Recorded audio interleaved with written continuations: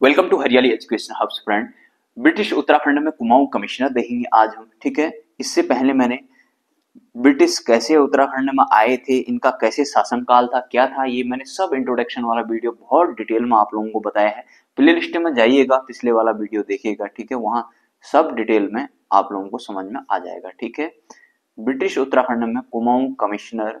ठीक है, ब्रिटिश उत्तराखंड में कुमाऊं कमिश्नर देखेंगे आज हम। ठीक है, आज मैं क्या करता हूँ ना, इनकी पहले एक पूरी लिस्ट बता देता हूँ। देखिए, अगर ब्रिटिश कुमाऊं में उत्तराखंड की बात, उत्तराखंड में कुमाऊं कमिश्नर की बात करें ना, लगभग क्या 24 होते हैं केएल मेहता सहित। ठीक है, केएल मेहता लास्ट होते हैं। ठीक है, तो केएल मेहता सहित ये, अगर हम ब्रिटिश उत्तराखंड में ब्रिटिश कमिश्नर की बात करें तो वो 23 तक होंगे। ठीक है, अगर ओवरऑल बोलेंगे तो 24 तक होंगे। अब मैं इनकी पूरी फटाफट आप लोगों को लिस्ट लिखा देता हूँ, क्योंकि पांचवें छठे नंबर में हमारा रेमजे आएगा। रेमजे तक कभी कभी सीक्वेंस पूछ लिया जाता है, तो इसलिए वहां तक मैं आप लोगों को एक लिस्ट बताता हूँ। उसके बाद फिर जो है सारे एक बार में बता देता हूँ, उनका शासनकाल भी बना देता हूँ। फिर उसके बाद हमारे जो इंपोर्टेंट होंगे उनको करेंगे, उनको डिटेल में पढ़ेंगे। ठीक है, जैसे पहले नंबर में हम देख लेते हैं, ई गार्डनर आ गया। ठीक है, ई गार्डनर का शासन देखें तो ये 1815 से 16 तक रहता है। ठीक है, कुछ टाइम ही करता है, फिर इसको नेपाल भेज देते हैं। इसके बाद फिर हमारा आ जाता है ट्रेल। ठीक है, ट्रेल आ जाते हैं। ट्रेल 1816 से लेकर काफी इसके क्वेश्चन बनते हैं, यहाँ से पढ़ेंगे इसको पूरी डिटेल में। ठीक है, 35 तक। फिर उसके बाद हमारा ट्रेल के बाद गोवान आ जाता है, गोवान। ठीक है, गोवान हमारा 1836 से लेकर हमारा आ जाता है 39 तक। ठीक है, फिर उसके बाद चौथे में लूशिंगटन आ जाते हैं, लूसिंगटन। ठीक है, लूशिंगटन का अगर शासनकाल देखें तो हम 1839 से लेकर 47 तक। ठीक है, फिर बैटन, बैटन हो गया 1848 से लेकर 56 तक। फिर उसके बाद हमारा बहुत ज्यादा फेमस आ जाता है Henry Ramsay, Henry Ramsay, Ramsay. ठीक है, रैमजे का आता है 1856 से लेकर 84 तक। ठीक हो गया, फिर उसके बाद हमारा आ जाता है फिशर। फिर यहाँ से ये इतने इंपॉर्टेंट नहीं है, इनमें जो जो देखिए यहाँ तक इतने जो है ना, ये तो बहुत ही ज्यादा इंपॉर्टेंट है, इनको पढ़ेंगे। ठीक है, इनमें खासतौर पर हमारा ट्रेल हो गया, रैमजे हो गया, ये तो बहुत ही ज्यादा इंपॉर्टेंट है। ये लूशिंगटन, बैटन, गोवान वगैरह इनसे भी पूछ लिया जाता है। ठीक है, मतलब 6 तक काफी इंपॉर्टेंट है ही है, इनको हम पूरी डिटेल से पढ़ेंगे। ठीक है, उसके बाद वैसे मैं एग्जाम के पॉइंट ऑफ से कट टू कट ही पढ़ाता हूँ। ठीक है, देखिए उसके बाद फिशर आ जाता है। फिशर का शासनकाल देखते हैं हम 1884 से लेकर 85 तक। ठीक है, फिर 8वें नंबर में आ जाएगा हमारा Ross, H G Ross, Ross. ठीक है, रॉस 1885 से लेकर 87 तक। ठीक है, रॉस की बात करते हैं। अब मैं इसके बाद रॉस के बाद इधर लिख देता हूँ 9वें नंबर से। ठीक है, 9th नंबर में कौन आता है हमारा, ग्रीक, ग्रीक। ठीक है, ग्रीक का 1888 से 89 तक। ठीक है, 89 तक। फिर 10th नंबर में हमारा आ जाता है अर्शकिन, अर्शकिन। ठीक है, अर्शकिन का टाइम पीरियड देखें तो 1889 से लेकर 92 तक। ठीक है, फिर उसके बाद अगला देख लेते हैं हम रोवर्स, रोवर्स। ये लोग बहुत इंपॉर्टेंट नहीं है, इनको बहुत डिटेल में नहीं पढ़ेंगे, बट जहां पर जरूरत होगी, जो छोटा बहुत एक दो मतलब छोटा सा फैक्ट भी होगा तो उसको मैं बताऊंगा आप तुमको। ठीक है, उसके बाद 1990, ये 1892, हाँ 1892 से 94 तक। ठीक है, फिर उसके बाद हमारा आ जाएगा रोवर्स के बाद ग्रीक। ठीक है, ग्रीक भी बोलते हैं, ग्रीच भी बोलते हैं इसको। ठीक है, 1990, 18 है, हाँ बार बार 19 निकल जा रहा मुंह से। 1994 से लेकर 98 तक। ठीक है, फिर उसके बाद हमारा आ जाएगा अगला हेम्बलिन, हेम्बलिन, हेम्बलिन, हेम्बलिन का आ जाएगा आपका 1899 से लेकर 1902 तक। ठीक है, ये हो गए हमारे 13।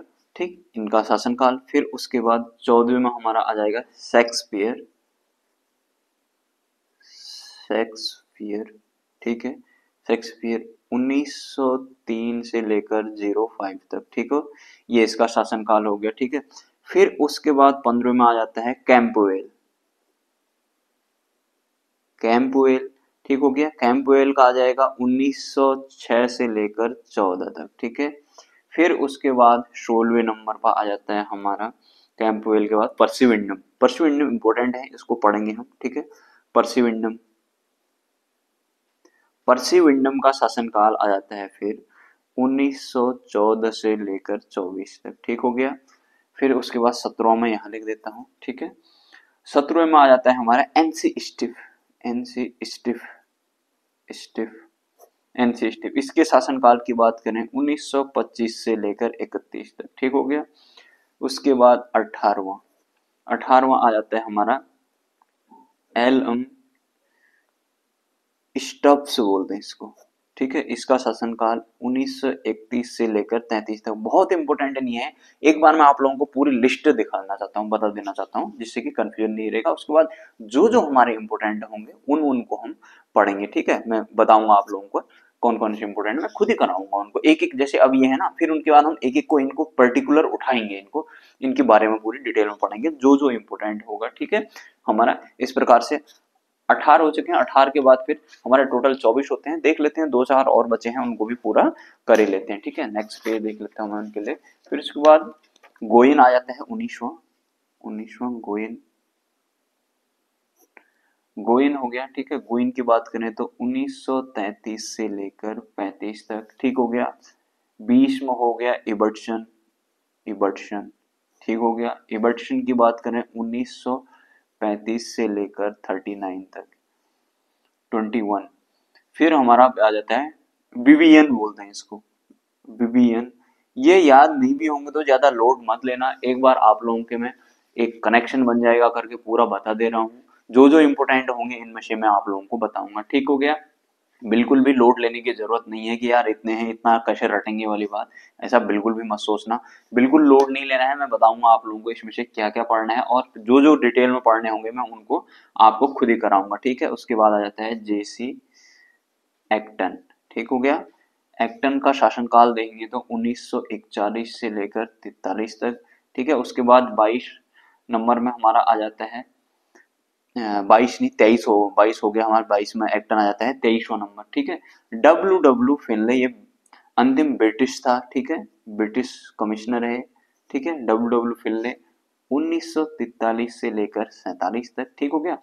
उसके बाद फिर भारत आजाद हो चुका है। अब 24वां में के एल मेहता साहब बन जाते हैं, के एल मेहता, ठीक हो गया, के एल मेहता, ठीक है। एक भारतीय थे, एकमात्र 47 से लेकर 48 तक, ठीक हो गया। आशा करता हूं इतनी चीजें आप लोगों के समझ में आई होगी, ठीक हो गया।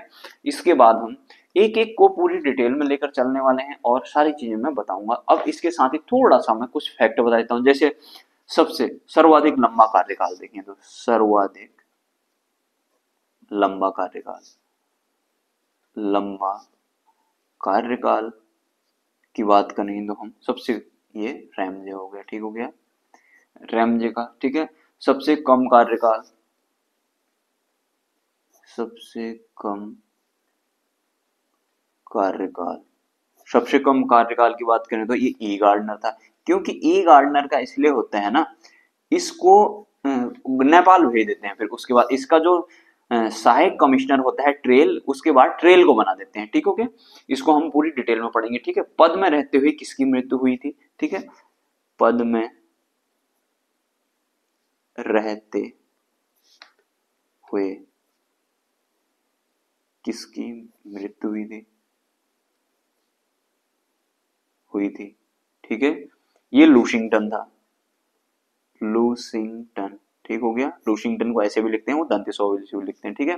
ये नैनीताल में हुई थी, वहां पर इसका वो भी है, ठीक है, ठीक। प्रथम कार्यवाहक कमिश्नर था जो, प्रथम कार्यवाहक कमिश्नर, प्रथम कार्यवाहक कमिश्नर। कार्यवाहक कमिश्नर का मतलब क्या हुआ ना, एक्टिंग, एक्टिंग का मतलब वो है नहीं किसी के स्थान में तब तक के लिए है वो, मतलब कुछ टाइम के लिए अगर किसी पद की अनुपस्थिति है ना, उस पद की अनुपस्थिति में जब तक वो, कार्यवाहक का मतलब क्या हुआ, जिसको प्रभारी भी बोलते हैं, ठीक है। कार्यवाहक का मतलब क्या हुआ, जब तक उसमें जो नया, जिस पद के लिए, जिस पोस्ट के लिए वो पोस्ट बनी है, उसमें जब तक कि नया उसका नहीं आ जाता है, उसको तब तक के लिए कार्यवाहक बोलते हैं। देखिए जैसे मैं एग्जाम्पल से बताऊं, सपोज ना हम जुडिशियरी में देखते हैं, जुडिशियरी में कि जैसे जज वगैरह जब तक नया जज अपॉइंट नहीं होता है तब तक बोलते हैं कि कार्यवाहक जज के रूप में इसको रखा गया है। ठीक है, कार्यवाहक का मतलब क्या हुआ, कहने का मतलब कि जब तक कि नया नहीं आ जाता है तब तक कि टेम्परेरी रूप में उसमें जो पदभार ग्रहण किया है उसका वो असली में है नहीं उस पोस्ट का, लेकिन उसने तब तक के लिए उस पदभार को ग्रहण किया है, उसका कार्य कर रहा है, लेकिन उसकी रैंक वो है नहीं। ठीक है, आशा करता हूँ समझ में आया होगा। ठीक है, प्रथम कार्यवाहक कमिश्नर की बात करते हैं तो ये मोजले स्मिथ था। मोजले भी लिखे रहते हैं, इसको मोस्ले भी लिखे रहते हैं। ठीक है, वो पढ़ने की अलग अलग बात होती है। ठीक है, एस के, ठीक है, मोजले स्मिथ। ठीक हो गया। फिर उसके बाद कुमाऊं कमिश्नरी का स्वर्णकाल किसे बोलते हैं, कुमाऊं कमिश्नरी का बोल रहा हूं मैं, कुमाऊं कमिश्नरी का, कुमाऊं कमिश्नरी का स्वर्णकाल, कुमाऊं कमिश्नरी का स्वर्णकाल किसको कहा जाता है, ये बेटन के काल को कहा जाता है। ठीक है, बेटन के काल को कहा जाता है। ये 48 से 56 हमने अभी देखा था। ठीक है, 48 से 56 अभी हमने बेटन का देखा हुआ था ना काल, हमारा बेटन बेटन बेटन ये हो गया 1848 से 56। ठीक है, इसके बाद रैम दिया जाता है। ठीक है, इसको ही स्वर्ण काल बोलते हैं। ठीक है, इसके काल को पढ़ेंगे, पूरी डिटेल में पढ़ेंगे इनको। ठीक है, अंतिम ब्रिटिश कुमाऊं कमिश्नर हमने अभी देखा था। अगर हम बात करें अंतिम British Kumaon commissioner, Kumaon commissioner तो ये कौन हो गया, डब्ल्यू फिनले, डब्ल्यू फिनले। ठीक हो गया, ये डब्ल्यू फिनले हो गए अंतिम कुमाऊं कमिश्नर। ठीक है, ये देखिए ये अंतिम ब्रिटिश कुमाऊं कमिश्नर, हाँ अंतिम कुमाऊं कमिश्नर होगा तो केएल मेहता होंगे, अगर अंतिम ब्रिटिश कुमाऊं कमिश्नर होगा तो ये डब्ल्यू फिनले 23वें नंबर के अभी मैंने बताए हुए हैं। ठीक है, जिनका शासनकाल या कार्यकाल था कितना 1943 से 47 तक। उसके बाद आजाद हो गया है भारत, तो फिर उसके बाद क्या हुआ 1947 से 48 तक केएल मेहता को बनाया गया। ठीक है, जैसे हम उधर पढ़ते हैं ना अंतिम गवर्नर जनरल राजगोपालाचारी करके। ठीक है, माउंट बेटन के बाद अगर अंतिम ब्रिटिश गवर्नर जनरल बोलेंगे तो वो माउंट बेटन हुआ, अगर अंतिम भारतीय गवर्नर जनरल बोलेंगे अंतिम गवर्नर जनरल तो फिर उसके बाद वहां पे सी राजगोपालाचारी होते हैं, जैसे वैसे ही सेम यहाँ है। ठीक है, अगर अंतिम ब्रिटिश कुमाऊं कमिश्नर बोलेंगे तो ये फिनले हो गए, डब्ल्यू फिनले।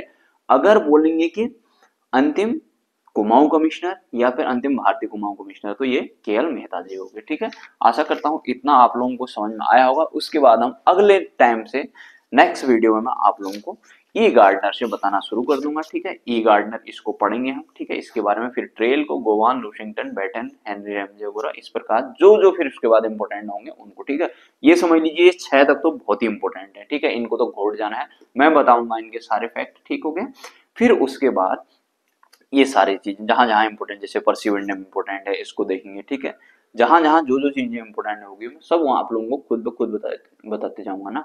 देखिए अब मैं सीधे इनको उठा के इनको लाऊंगा तो फिर आप लोगों का वो कनेक्शन नहीं बन पाएगा, इसलिए मैं एक एक चीज को बहुत डिटेल से और एक कनेक्शन बनाने की एक चेन बनाता हूँ आप लोगों के लिए, जिससे आप लोगों की समझ में आ जाएगा। फिर उसके बाद आप लोगों को ना एक बार ये वाली मेरी उत्तराखंड वाली सीरीज को बहुत अच्छे से आप लोग पढ़ लोगे ना, फिर उसके बाद बहुत ज्यादा परेशानी आप लोगों को होगी नहीं। ठीक है, तो चलिए फ्रेंड्स आज इतना ही करते हैं।